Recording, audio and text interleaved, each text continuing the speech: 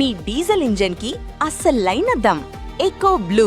ఆంధ్రప్రదేశ్ ముఖ్యమంత్రి చంద్రబాబు నాయుడు అమరావతి నిర్మాణం పైన స్పెషల్ ఫోకస్ పెట్టారు. ప్రధానంగా సీడాక్సిస్ రోడ్డు వారుగా చేపట్టినటువంటి అనేక నిర్మాణాలపైన ప్రత్యేకంగా సమీక్ష సమావేశాన్ని నిర్వహించారు. అలానే అమరావతిలో అభివృద్ధికి భాగస్వాములు అవుతున్నటువంటి సంస్థలు అంటే ఇటు ఏపీసీఆర్డీఏ, ఏజేఐసీఎల్, ఏడీసీఎల్ ఈ 3 సంస్థలకు చెందినటువంటి అధికారుల బృందంతో ముఖ్యమంత్రి ప్రత్యేక భేటీ నిర్వహించారు. ఈ భేటీ సందర్భంగా బ్యాంక్ స్ట్రీట్ ఏదైతే దాదాపు 13 బ్యాంకులు అక్కడ రీజనల్ ఆఫీసెస్ని పెడుతున్నాయో ఆ 13 బ్యాంకులకి సంబంధించినటువంటి నిర్మాణాలని వేగవంతం చేయాల్సిందిగా ముఖ్యమంత్రి ఆదేశాలు జారీ చేశారు. ఎందుకంటే ఒక ఆసక్తికరమైనటువంటి విషయం, మొత్తం 13 బ్యాంకుల్లో 11 బ్యాంకుల నిర్మాణ బాధ్యతల్ని సిపిడబ్ల్యూడి అంటే సెంట్రల్ పబ్లిక్ వాటర్ వర్క్స్ డిపార్ట్మెంట్కి అప్పగించారు. ఇవన్నీ కూడా జాతీయ బ్యాంకులు, నేషనలైజ్డ్ బ్యాంక్స్ కాబట్టి వాటి నిర్మాణ బాధ్యతని ఎంపానల్డ్ బిజినెస్లో చేయాలి కాబట్టి క్లియర్గా ప్రభుత్వ విభాగానికి చెందినటువంటిది. ఇప్పుడు కేంద్ర ప్రభుత్వ ఆధ్వర్యంలో నడిచేటువంటిది సిపిడబ్ల్యూడి అంటే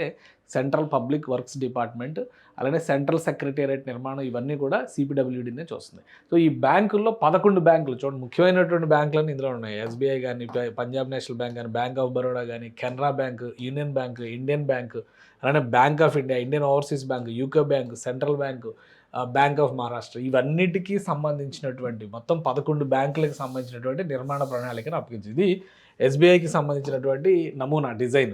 సో ఈ డిజైన్ ఈ తరహాలో నిర్మాణం అన్నిటికంటే పెద్ద కన్స్ట్రక్షన్ వస్తుంది ఎస్బీఐ బిల్డింగే, అందుకే దీనికి చాలా ప్రత్యేకత ఉంది.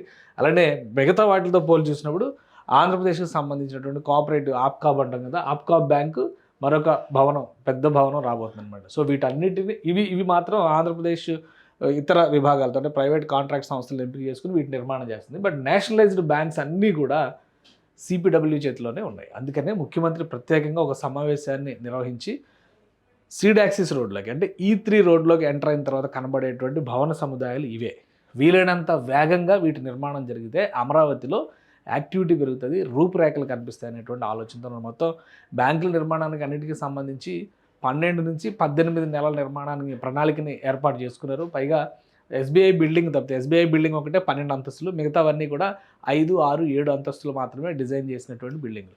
కాబట్టి వీలైనంత త్వరగా వీటి నిర్మాణం చేయాలని చెప్పని ముఖ్యమంత్రి అధికారులకి, సంబంధిత అధికారులకి ఆదేశాలు జారీ చేశారు. దీనివల్ల financial district development, bank street development అనేది అమరావతిలో ఊపందుకుంటుందని చెప్పని రాష్ట్ర ప్రభుత్వం భావిస్తుంది. రాబోయేటువంటి రోజుల్లో సీడాక్సిస్ రోడ్లోకి ఎంటర్ అయ్యేటువంటి ప్రతి ఒక్కరికి కూడా ఈ బ్యాంక్ స్ట్రీటే ఫస్ట్ ఆహ్వానం పలుకుతుంది. అలానే సీడాక్సిస్ రోడ్ని ఆనుకుని ఉన్నటువంటి tracks, walking tracks, cycle tracks నిర్మాణాన్ని కూడా వేగవంతం చేయాలని చెప్పని ఏడీసీఎల్, ఏజీఐసీఎల్కి చెందినటువంటి అధికారులకి ఆదేశాలు జారీ చేశారు. ఎందుకంటే ఇవన్నీ కూడా నిర్మాణ ప్రణాళికలో భాగంగా గతంలో ఉన్నవే. సీడాక్సిస్ రోడ్ నిర్మాణం దాదాపు 18 కిలోమీటర్లు 2018లోనే కంప్లీట్ అయింది. మిగతా భాగాలు ఇప్పుడు జరుగుతున్నటువంటి పరిస్థితి ఉంది. కాబట్టి దాని అనుసంధానతని చూసుకునేటువంటి బాధ్యత ఒకరు చూసుకుంటే దానికి తీసుకురావాల్సినటువంటి ఎడిషనల్ బ్యూటిఫికేషన్ అంటే గ్రీనరీ డెవలప్మెంట్ కావచ్చు, ట్రాక్స్ డెవలప్మెంట్ కావచ్చు, ఇవన్నీ కూడా ఏడీసీఎల్ ఆధ్వర్యంలో ఎక్కువ జరుగుతున్నాయి. సో వీటన్నిటిపైన స్పెషల్ ఫోకస్ పెట్టాలని ముఖ్యమంత్రి ఆదేశాలు జారీ చేశారు.